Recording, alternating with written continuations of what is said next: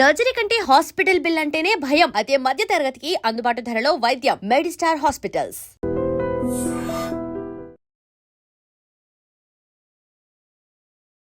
నమస్కారం గురువుగారు. శ్రీమాత్రే నమమ్మ. గురువుగారు, మరుగుమందు అని అంటుంటారు. అసలు నిజంగా మరుగుమందు అనేది ఉందా గురువుగారు? అసలు ఏ సందర్భాల్లో ఈ మరుగుమందును ఉపయోగిస్తారు? తప్పకుండా తెలియజేస్తానమ్మా. ముందుగా ప్రేక్షకులందరికీ శ్రీమాత్రే నమ, శ్రీ గురుభ్యో నమ. నమో దేవ్యై మహాదేవ్యై శివాయై సతతం నమ. నమ ప్రకృత్యై భద్రాయై నిహతాం ప్రణతాస్మిత. మరుగుమందు అనేటటువంటిది చాలామంది నెగిటివ్ కింద ప్రొజెక్ట్ చేసేసారు. అంటే ఒక మరుగుమందు అనేటటువంటిది పెట్టడం ద్వారా అది ఎన్నో రకాలైనటువంటి సైడ్ ఎఫెక్ట్స్ కలగజేస్తుంది, మనిషిని పిచ్చివాణ్ణి చేస్తుంది, మనిషిని ఎన్నో రకాలుగా నాశనం చేస్తుంది, కుటుంబాన్ని విచ్ఛిన్నం చేస్తుంది. ఇలా అనేక కోణాలతో దాన్ని నెగిటివ్గా ప్రొజెక్ట్ చేశారు. మరుగుమందు అంటే అర్థం ఏంటి అని అంటే గనక, మనకి ఏదైనా చెడు సంకేతాలు కుటుంబంలో జరుగుతున్నాయి, లేదా మన భార్యాభర్తల మధ్య ఏదైనా వివాదమైనటువంటి ప్రదేశాలు జరుగుతున్నాయి, లేదా గొడవలు జరుగుతున్నాయి, ఇష్టమైనటువంటి వారు మనల్ని వదిలివేసి వెళ్ళిపోతున్నారు అనేటటువంటి సందర్భాలలో గతంలో అంటే ఆయుర్వేదిక శాస్త్రంలో ఏం చేశారు అంటే కొన్ని చెట్ల ఔషధాల ద్వారా మనిషిని కంట్రోల్ చేసే విధంగా ఈ మరుగుమందుని కనిపెట్టారు.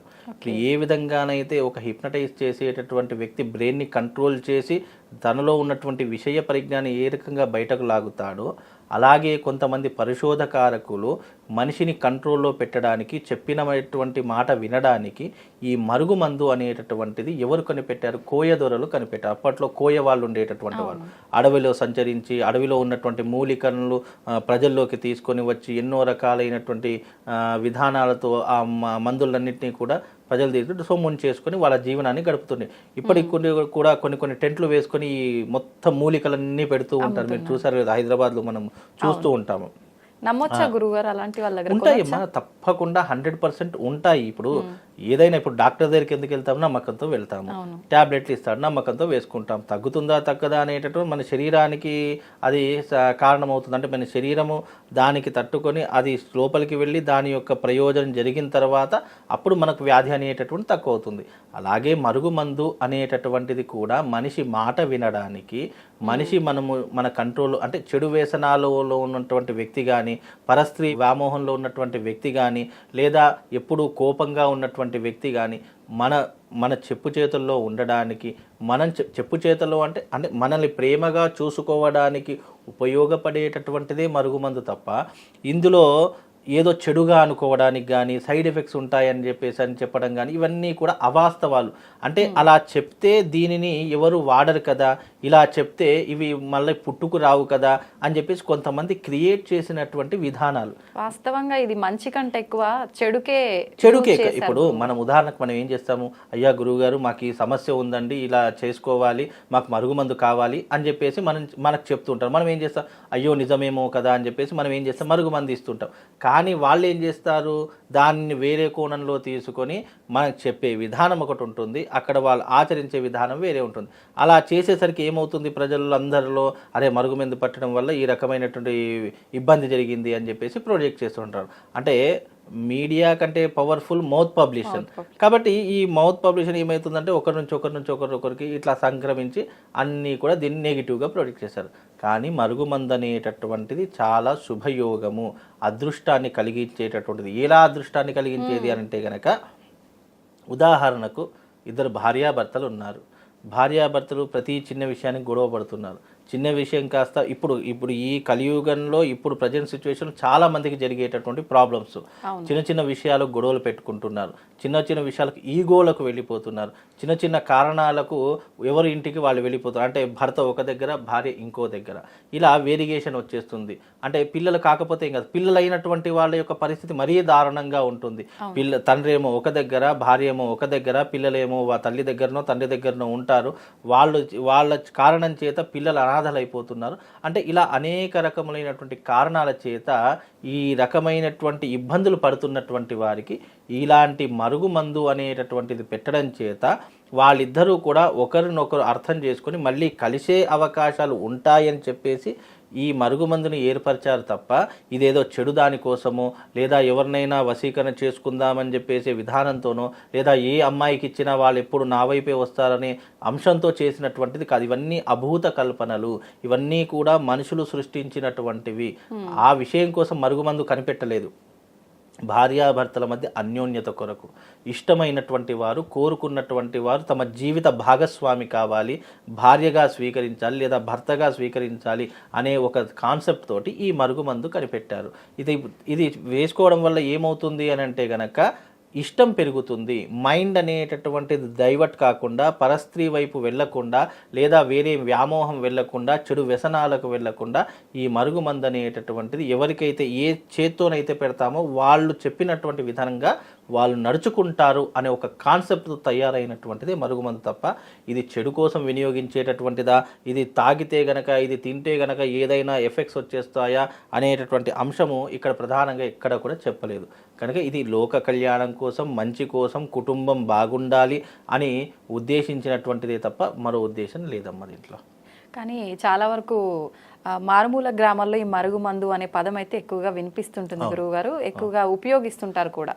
అయితే చెప్తుంటారు సరే మంచికైనా చెడుకైనా ఉపయోగించినా పెట్టడం వల్ల వాళ్ళకి నిజంగానే ఇందాక మీరు స్టార్టింగ్ లో చెప్పినట్టు మైండ్ ఖరాబ్ అయిపోతుంది, పిచ్చోళ్ళు అయిపోతారు, కడుపులో ఏవో గడ్డలు అవుతాయి, ఇట్లాంటి చాలా చాలా వింటుంటాం. అపోహలే అంటారు ఇవన్నీ. నాకు చాలా మంది కూడా ఫోన్ చేశారు, గురుగారు మరుగుమందు పెడితే అది కడుపులో గడ్డలాగా ఉండి మనిషి చనిపోయేంత వరకు అలాగే ఉంటుంది అని చెప్తున్నారు, ఇది ఎంతవరకు వాస్తవం అని కొంతమంది ఫోన్ చేస్తూ ఉంటారు. నిజంగా మరుగుమందు ప్రతి మనిషి మీద పనిచేస్తుందా అనేటటువంటి అంశం అడుగుతూ ఉంటారు. అసలు ఈ మరుగుమందు వల్ల ప్రయోజనం ఏంటి, మేము వాడాం కానీ మాకు ఎలాంటి రిజల్ట్ లేదు అని కొంతమంది చెప్తారు. నిజానికి మరుగుమందు అనేటటువంటిది మంత్రయుక్తంగా పెట్టాలి. మరుగుమందు తయారు చేయడం అనేటటువంటిది చిన్న విషయం కాదు. దీనికి దొరికేటటువంటి మూలికలు మన దగ్గర ఎక్కడ దొరకవు. దొరికే 3 మూలికలు ఎక్కడ దొరుకుతాయంటే, 1 కాశీలో దొరుకుతుంది, 2 ప్రయాగలో దొరుకుతుంది, 3 హరిద్వార్లో దొరుకుతుంది. ఈ 3 మూలికలు చాలా ప్రధానమైనటువంటివి. దీనితో మనం ఏం చేస్తాము అనంటే, అవి ఒక్కొక్క నక్షత్రం రోజు ఒక్కొక్క మూలికను మనము దానిని పొట్టంతా తీసేసి ఒక గ్రైండర్ చేసేసి ఒక లిక్విడ్, ఒక పిండిలాగా తయారు చేసుకోవాలి. ఆ 3 మూలికలు పిండి తయారు చేసుకొని దానికి ఒక లగ్నం ఏర్పరచుకోవాలి. మనిషి యొక్క జాతకాన్ని బట్టి లగ్నం ఏర్పరచుకొని ఆ రోజున మనం ఏదైతే పిండి చేశామో దానితో హోమం చేయాలి. ఆ హోమంలో ఆ కట్టెలతో సహా భస్మమైనటువంటి ఏదైతే పదార్థం ఉంటుందో అది తీసుకొని మళ్ళీ దాన్ని మంత్రం చేసేసి మళ్ళీ ఒక లిక్విడ్, ఒక పదార్థంలాగా తయారు చేసుకోవాలి. ఆ పదార్థం ఎలా ఉంటుందంటే అందరికీ చూపిస్తాను, చాలామందికి తెలియదు. ఈ రకమైనటువంటి పదార్థంతో ఉంటుంది. అది ఇట్లా తయారు చేస్తాం, ఈ రకంగా మారిపోతుంది. ఈ పదార్థం ఈ రకంగా మారిపోయిన తర్వాత ఈ ఒక్క డబ్బా దాదాపుగా 5 రోజులు పనిచేస్తుంది. అంటే 5 సార్లు మనిషి యొక్క, మళ్ళీ ఈ మందు దేంట్లో పెట్టాలి, కేవలము పాలల్లో కానీ లేదా తేనెలో కానీ, ఈ రెండిట్లో మాత్రం. చాలామంది ఏమంటారు అంటే అన్నంలో కలపొచ్చా, తినే ఆహార పదార్థాల్లో కలపచ్చా, దేంట్లో అయినా కలపచ్చు కదా అని అంటారు. ఆ కలిపే పదార్థాలు వేరే, ఈ పదార్థాలు వేరే. కానీ గురువు గారు ఇప్పుడు ఇది కలర్ చూస్తే గ్రీన్ కలర్ లాగా బ్లాక్ అట్లా ఉంది, పాలు వైట్ గా, ఇప్పుడు అది కలిపితే కలర్, పాలు కలర్ అయిపోతుంది, 100% కలర్ అవుతాయి. మరి వాళ్ళకి ఏమని చెప్పిస్తారు? మరి నేను తెలియకుండా ఏది చెయ్యలేము. మనం ఇష్టపడుతున్నాము, ఏదో కష్టంగానైనా సరే వాళ్ళకు ఏదో ఒకటి నచ్చజెప్పు, ఏదో ఒకటి చెప్పు తాగిపియాలి తప్ప ఇది కలిపిన తర్వాత వాసన రాదు, ఏమీ రాదు, ఇవన్నీ అవాస్తవాలు. ఇవన్నీ మభ్యపెట్టడానికి, పైసలు లాగడానికే తప్ప ఇంకేం లేదు. ఇది ఎప్పటికైనా ఇది ఏంటి అంటే, నీకు పాలల్లో కలుపుతుందంటే కలర్ వస్తుంది, తేనెలో కలిపితే ఏమీ కనిపించదు. అలాంటి తేనె తీసుకోవాలి. లేదు అంటే టీలో కలిపినా కలర్ రాదు, కాబట్టి టీలో కలిపి ఇవ్వవచ్చు. అలాగే డికాషన్లో కలిపి ఇవ్వచ్చు. అంటే కొన్ని పదార్థాలలో కలిపి ఇవ్వడం ద్వారా ఏమవుతుందంటే దీని యొక్క పదార్థం అనేటటువంటిది కడుపులోకి, మళ్ళీ ఈ పదార్థము కేవలం 41 రోజు మాత్రమే ఉంటుంది. నువ్వు జీవితంలో నువ్వు ఏ పదార్థం తీసుకున్నా నీ శరీరంలో 41 రోజు మాత్రమే ఉంటుంది. ఆ 41 రోజు అయిపోయిందా, నువ్వు తిన్న ఆహారం కానీ నువ్వు తాగినటువంటి వాటర్ ఏదైనా సరే మళ్ళీ మలమూత్ర విసర్జన ద్వారా తప్పకుండా అది బయటకు వెళ్ళిపోతుంది. అంటే అది పోయిన మరుక్షణం మళ్ళీ వాళ్ళతో ప్రేమగా ఉండరా గురువు గారు? ఉంటారు. ఆ 41 రోజులు అనేటటువంటివి దీక్షాకాలం అని అంటారు. ఆ దీక్షాకాలం ఇది కడుపులోకి వెళ్ళింది అని అంటే ఆ కాలంలోనే వీళ్ళు సఖ్యత, అనురాగం అన్నీ పెరిగిపోతుంది. ఆ సఖ్యత కలకాలం ఉండడానికి వాళ్ళు తమ జీవితాన్ని ముందుకు తీసుకొని వెళ్ళాలి తప్ప ఇది కేవలము ఆ పదార్థం కడుపులో వెళ్ళిన తర్వాత నీకు 41 రోజులు పనిచేస్తుంది. తర్వాత నీ బిహేవియరు, నీ యొక్క ఆలోచన, నీ యొక్క విధానము, గడిచిన కాలాన్ని అన్నింటినీ లెక్క వేసుకొని మళ్ళీ అలా ఉండకుండా నువ్వు సఖ్యతగా ఉండాలి. ఇప్పుడు గొడవలు వచ్చాయంటే ఊరికే రావు కదా, ఎవరిదో ఒకటి తప్పు ఉంటుంది, లేదా ఎవరిదో ఒకరిది గొంతు పెద్దగా ఉంటుంది, ఏదో ఒకటి అరిచేస్తూ ఉంటారు, ఏదో ఒకటి మాట్లాడిస్తూ ఉంటారు, కాబట్టి గొడవలు ఏర్పడతాయి. కాబట్టి అలాంటివి తగ్గించుకొని, అలాంటివి జరగకుండా భవిష్యత్తులో ఆచరణ చేసుకొని మళ్ళీ ప్రేమపూర్వకంగా నువ్వు ముందుకు ప్రతిసారి నేను అయ్యా 41 రోజు అయిపోయింది, మాకు ఇంకో డబ్బా కావాలి అని చెప్పి జీవితాంతం ఇలాగే మరుగుమందులు పెట్టారనుకోండి, అది ఎప్పటికైనా నష్టాన్ని కలిగిస్తుంది. అలా కాకుండా ఆ 40 ఇప్పుడు మనకు ఒక అవకాశం వచ్చిందండి, అంటే అవకాశం అంటే ఏంటి, ఒక మంచి ఆపర్చునిటీ వచ్చింది, దాన్ని ఏ రకంగా వినియోగించుకోవాలని ఆలోచించాలి తప్ప నాకు ప్రతిసారి అవకాశం అయిపోయింది ఇంకో అవకాశం రావాలంటే ఎప్పటికీ రాదు. మనకు అదృష్టం ఉన్నప్పుడే అవకాశాన్ని వినియోగించుకోవాలి. ఈ మందు పెట్టినప్పుడు ఆ భర్త మారిపోయినప్పుడు ఏ రకంగా ప్రేమగా ఉండాలి, గతంలో ఏం తప్పులు చేశాను అవి చేయకుండా మళ్ళీ నా భర్తను కానీ నా భార్యను కానీ ఏ రకంగా చూసుకోవాలి అని మానవ ప్రయత్నం చేయాలి. కానీ ఇది ఏంటి, నువ్వు సఖ్యతగా ఉండడానికి, పోయినటువంటి వాడు నీ దగ్గరికి రావడానికి ఇదొక నీకు అవకాశంలా ఉంటుంది. 199 సమస్యలు మనతోనే క్లియర్ అవుతాయి, ఇది ఎప్పటికైనా గుర్తుపెట్టుకోండి. ఇవన్నీ ఏంటి అంటే జస్ట్ నీకు ఒక మార్గాన్ని సూచించేటటువంటి ఒక పదార్థంగానే ఇస్తాను తప్ప దీనివల్ల ఏ మిరాకిల్స్ అద్భుతాలు ఏమీ జరగవు. 199 సమస్యలు మానవుడి యొక్క అంతర్గతంతోనే క్లియర్ అవుతాయి, అది ప్రతి ఒక్కరు తెలుసుకోవాలి. కనుక వీటన్నిటికీ కూడా ఒక ప్రయోజనం ఉంది. ఇది వాడేటప్పుడు నేను చెప్తాను, ఏం చెప్తాను, అమ్మ ఈ రకంగా ఉండాలి, ఈ రకమైనటువంటి పద్ధతులను పాటించాలి, ఈ రకమైనటువంటి నియమాలను పాటిస్తేనే ఇది నీకు పని చేస్తుంది, లేకపోతే దీని జోలికి రాకు, అసలు దీని గురించి నువ్వు మర్చిపోయింది ఉత్తమము. ఎందుకంటే ఇది చిన్న ఆషామాషి వ్యవహారం కాదు, లైఫ్ అండ్ డెత్ అంటే నీ జీవితానికి సంబంధించినటువంటి అంశం.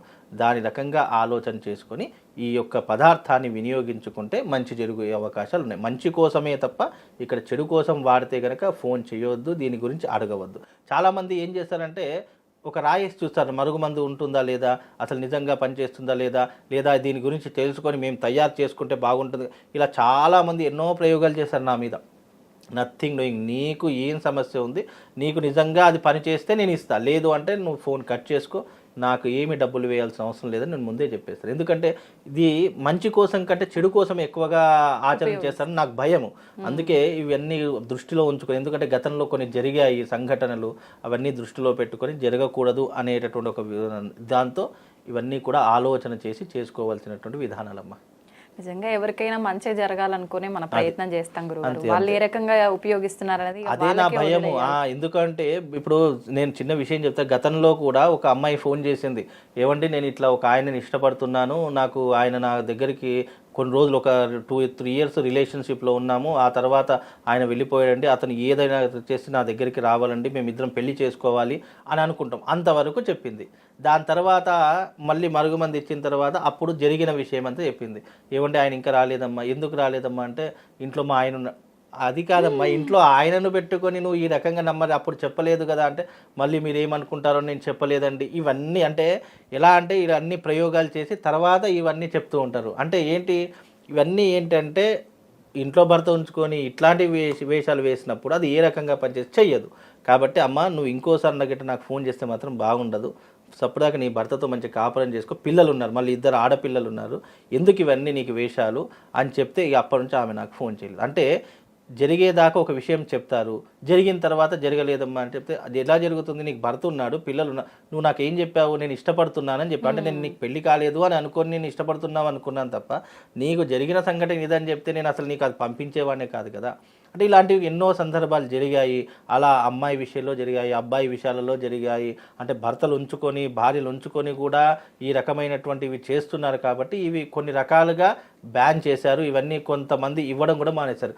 కానీ ఒకవేళ నిజంగా మంచి కోసం అయితే, నిజంగా భార్యాభర్తల మధ్య ఏదైనా ఇబ్బందులు ఉన్నా, ప్రేమించుకున్న వాళ్ళ మధ్య ఏదైనా ఇబ్బందులు ఉన్నా, అలాంటి వారి కోసం మనం చేసే తప్పులేదు. కానీ ఇలాంటివి చేస్తే మాత్రం పాపం వాళ్ళకు వస్తుంది, నాకు వస్తుంది, నేను ఎందుకు పాపం మూట కట్టుకోవాలి. కాబట్టి అందుకే ఇవి చాలా ఆలోచన చేసి ఈ విషయాన్ని పరిజ్ఞానంలోకి తీసుకోవాలమ్మా. నిజంగానే గురువు. అదే అట్లా. థ్యాంక్ యూ గురుగారు. శ్రీమాత్రేనమండి. గురుగారు, దక్షిణాయన పుణ్యకాలం, ఉత్తరాయణ పుణ్యకాలం అని చెప్పి మనకు మనం మాట్లాడుకుంటూ ఉంటాం, 2 ఆయనాలు ఉంటాయి. అయితే విశేషంగా కొంతమంది నమ్ముతున్నది ఏంటి అని అంటే, ఈ దక్షిణాయన పుణ్యకాలంలో మరణించిన వారు పుణ్యలోకాలకి వెళ్ళలేరు, వాళ్ళ ఆత్మలు వెళ్ళలేవు, ఉత్తరాయణంలో మరణించిన వారు పుణ్యలోకాలకి వెళ్ళిపోతారు అని చెప్పి. దీనికి ఉదాహరణగా భీష్ముడు కూడా అలా ఉత్తరాయణంలో మరణించారు కాబట్టి అని చెప్పి ఒకటి ఉదాహరణగా కూడా తీసుకుంటారు. ఇది ఎంతవరకు వాస్తవం? భీష్ముడికి ఉన్నటువంటి గొప్ప వరం ఏమిటి అంటే గనక, తాను ఎప్పుడు చావు కోరుకుంటే అప్పుడే తాను చావగలుగుతాడనేటటువంటి వరం అతనికి ఉంది.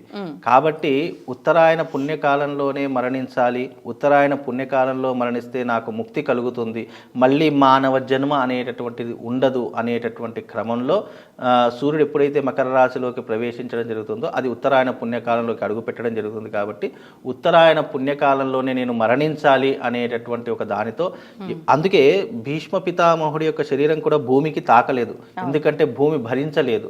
కాబట్టి ఈ భీష్మ పితామహుడి యొక్క శరీరం కూడా అంపశయ్యపై ఉంటుంది, అంటే బాణాలు గుచ్చుకొని అంపశయ్య అంటారు దాన్ని. ఆ అంపశయ్య మీద పడుకొని ఉండి నిరంతరము శ్రీకృష్ణుడి యొక్క నామస్మరణ చేసుకుంటూ ఉత్తరాయణ పుణ్యకాలం వచ్చేంత వరకు తన శరీరం అంటే ఎందుకు ఆ అంపశయ్య మీద అంటే, కురుక్షేత్రంలో మీరు గమనిస్తే భీష్మ పితామహుడు కౌరవుల వైపు ఎక్కువగా ఉన్నాడు కాబట్టి, కౌరవుల వైపు సమర్థించాడు కాబట్టి ఎంత ధర్మం పాటించినా భీష్మపిత గొప్ప ధర్మపరాయణుడు, అది అందరికీ తెలిసినట్టు జగమెరిగిన సత్యం.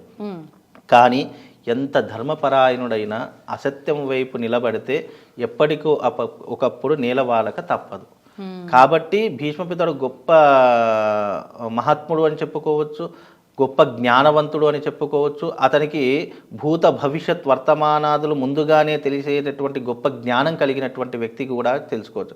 కానీ కౌరవుల వైపు నిలబడడం ఒక కారణము చేత ఆ యొక్క భీష్మ పితామహుడు నేల కొరగడం జరిగింది. కాబట్టి నేల కొరిగేటటువంటి క్రమంలో కూడా భీష్మ పితామహుడు ఎంత గొప్పవాడు, ఎంత ఉన్నతమైనటువంటి వాడు అని తెలియజేయడానికి కూడా శ్రీకృష్ణుడు ఆ తర్వాత అర్జునుడు ఇద్దరూ కూడా కలిసి భీష్మ పితామహుడి దగ్గరికి వెళ్ళి, ఎందుకు ఈ రకంగా నీకు జరిగింది అంటే, నేను ఎప్పుడైతే మరణం కోరుకుంటానో అప్పుడే నా మరణాన్ని నేను స్వీకరించగలుగుతానని చెప్పేసి కృష్ణుడికి చెప్పేసరికి కృష్ణుడు అర్జునుడు ఇద్దరూ కూడా భీష్మ పితామహుడి దగ్గర ఎన్నో రకాలైన ధర్మ సందేహాన్ని అడిగి కూడా తెలుసుకున్నటువంటి వ్యవహారాదులు కూడా మనకు కురుక్షేత్రంలోను శ్రీమద్ భాగవతంలో కూడా చెప్పడం జరుగుతూ ఉంటుంది. అందులోనూ ఈ యొక్క పుణ్యకాలం అంటే ఉత్తరాయణ పుణ్యకాలంలో మరణించడం వల్ల వైకుంఠ ప్రాప్తి కలుగుతుంది, విష్ణులోక ప్రాప్తి కలుగుతుంది అనేటటువంటి ఒక విశ్వాసము ప్రతి ఒక్కరికి ఉంటుంది. అందుకే భీష్మ పితామహుడు అనేటటువంటి వాడు ఉత్తరాయణ పుణ్యకాలం. అందుకే ఈ ఉత్తరాయణ పుణ్యకాలం వచ్చేంత వరకు భీష్మ పితామహుడు ఎప్పుడు కూడా అంపశయ మీద పడుకునేటప్పుడు విష్ణు సహస్రనామ పారాయణం చేసుకుంటూ తన యొక్క శరీరాన్ని, తన యొక్క ప్రాణాన్ని త్యాగం చేస్తూ ఉంటాడు. అందుకే ఉత్తరాయణ పుణ్యకాలంలో విశేషంగా ధనుమాసం ప్రారంభమవుతుంది, అందరికీ తెలిసిన విషయమే. కాబట్టి ఈ మాసంలో అంతా కూడా కృష్ణుడి యొక్క ఆరాధన, శ్రీమన్నారాయణుడి యొక్క ఆరాధన, వైష్ణవ సాంప్రదాయంలో జరిగేటటువంటి అనేక క్రతువులు కూడా ఈ యొక్క సందర్భంలోనే జరుగుతాయి. ఈ సందర్భంలో తిరుప్పవై కూడా జరుగుతూ ఉంటుంది. ఎందుకంటే ఈ మాసంలో శ్రీరంగస్వామి వారు గోదాదేవిని కళ్యాణమాడి తన యొక్క తిరుపవై యొక్క ప్రచారాన్ని కొనసాగించేటటువంటి రోజు కూడా ఈ ధనుర్మాసంలోనే ప్రారంభమవుతుంది. కాబట్టి అందుకే ఈ యొక్క మాసానికి అంత ప్రత్యేకత. ఈ మాసంలో అంటే ఈ యొక్క 6 మాసాలలో ఎవ్వరూ మరణించినా కూడా వైకుంఠ ప్రాప్తి కలుగుతుంది. అందుకే వైకుంఠ ప్రాప్తి కొరకు చాలామంది ఉత్తరాయణ పుణ్యకాలంలో మరణిస్తే బాగుంటుంది, వైకుంఠ ప్రాప్తి కలుగుతుంది అనేటటువంటి అంశం వెనక ఉన్నటువంటి ఆంతర్యమే ఈ యొక్క ఉత్తరాయణ పుణ్యకాలము. అందుకే ఈ ఉత్తరాయణ పుణ్యకాలంలో ఎందుకు జప తప హోమాలకు ఎందుకు ప్రాధాన్యత అంటే, ఈ కాలంలో చేసే ప్రతి ఒక్కదానికి 1,000,000 రెట్ల పుణ్యం కలుగుతుంది. అందుకే ఉత్తరాయణ పుణ్యకాలం పరమ పవిత్రమైనటువంటిది. జరిగేటటువంటి 6 మాసాలు, మళ్ళీ ఆషాఢ మాసం వచ్చిందంటే దక్షిణాయన కాలం ప్రారంభమవుతుంది. కాబట్టి ఈ 6 మాసాల్లో చేసుకునేటటువంటి విశేషమైనటువంటి క్రతువులన్నీ కూడా సాక్షాత్తు విష్ణుమూర్తికి అంకితం చేయబడినటువంటి. అంటే ఇంకా ఈ కాలంలో మరణించిన వారు మోక్షం పొందుతారు, మరొక జన్మ లేదనుకోవచ్చా? వాళ్ళ కర్మ. అప్పుడు భీష్మ పితామహుడికి మానవుడికి ముడిపెట్టకూడదు కదండి. మోక్షం పొందుతారు అని అంటే మీన్స్ ఎవరి కర్మ ఫలితాన్ని బట్టి వారు మోక్షాన్ని పొందుతూ ఉంటారు. నిజానికి మోక్షాన్ని పొందడము అనేటటువంటిది ఇప్పుడున్నటువంటి ఈ జనరేషన్లో, ఈ కలియుగంలో అంత సులభమైనటువంటి విషయం కాదు. మోక్షము అంటే మళ్ళీ మానవ శరీరం అనేటటువంటిది పొందకపోవడమే మోక్షానికి ప్రధానమైనటువంటి అర్థము. కాబట్టి దీనికి అనేక రకాలైనటువంటి పుణ్యకార్యాలు చేస్తేనే ఈ శరీరం మళ్ళీ పుట్టకుండా ఉంటుంది. లేదు అంటే రీసైక్లింగ్, ఎప్పుడు పుడుతూనే ఉంటావు, కర్మ అనుభవిస్తూనే ఉంటావు, సాంసారికమైనటువంటి దుఃఖాన్ని అనుభవిస్తూనే ఉంటావు. నీ జీవితం ఇప్పుడు రీసైకిల్ జరుగుతూనే ఉంటుంది. నీ జన్మకు కారణం ఏంటో తెలుసుకొని ఎప్పుడైతే పుణ్యం వైపు నువ్వు ప్రయాణం చేస్తావో, ఎప్పుడైతే ధర్మం వైపు ప్రయాణం చేస్తావో ఆటోమేటిక్గా నీకు జన్మ రాహిత్యం అనేటటువంటిది కలుగుతుంది. అందుకే పూర్వకాలంలో ఋషులు, మునులు అందరూ ఎంతోమంది సత్పురుషులు మోక్షం కావాలి, మోక్షం కావాలి. మోక్షం అంటే అర్థం ఏంటి? మళ్ళీ జన్మ రాకుండా జన్మ రాహిత్యాన్ని పొందడమే మోక్షము అనేటటువంటి మాట వస్తుంది తప్ప ఇక్కడ మోక్షము దొరకడము అంత సులువైనటువంటి పని కాదు. శరీరము, మనస్సు, దేహము, మన యొక్క జ్ఞానము, మన యొక్క వాక్కు, మన యొక్క ఆలోచన ఎప్పుడైతే పూర్తిగా భగవంతుని మీద మనం అంకితం చేస్తామో అప్పుడే మోక్షానికి మార్గం కనిపిస్తుంది. మళ్ళీ అప్పుడు కూడా మోక్షం దొరకదు, ఒక మార్గం కనిపిస్తుంది. ఆ మార్గం గుండా వెళితే నీ జన్మరాహిత్యాన్ని నువ్వు పూర్తిగా పరిసమాప్తం చేసుకున్నట్టు అని భావం. ఓకే, ధన్యవాదాలు గురుగారు. శ్రీమాస్తు. And for more videos, please subscribe to iDream. Please subscribe to iDream. Please subscribe iDream. And please subscribe to iDream. For more videos, subscribe to iDream. please like, share and subscribe to the channel. Congratulations, iDream. Subscribe to iDream. Subscribe to iDream. So subscribe to iDream Media. iDream ki iDream team andarki huge congratulations. Please subscribe iDream Media. Please subscribe to iDream. Subscribe iDream. Please subscribe to iDream. iDream అంటే నా కళల ఛానల్ను subscribe చేసుకున్న నోరు తిరుగుతలేదు, మీరైతే గంట గుర్తు కొట్టండి. For more such videos, please subscribe to iDream. Subscribe to iDream. Please subscribe to iDream. Please subscribe iDream Media. Please do subscribe to iDream. Please subscribe to iDream Media. For best entertainment and information, please subscribe iDream. And don't forget to subscribe to iDream.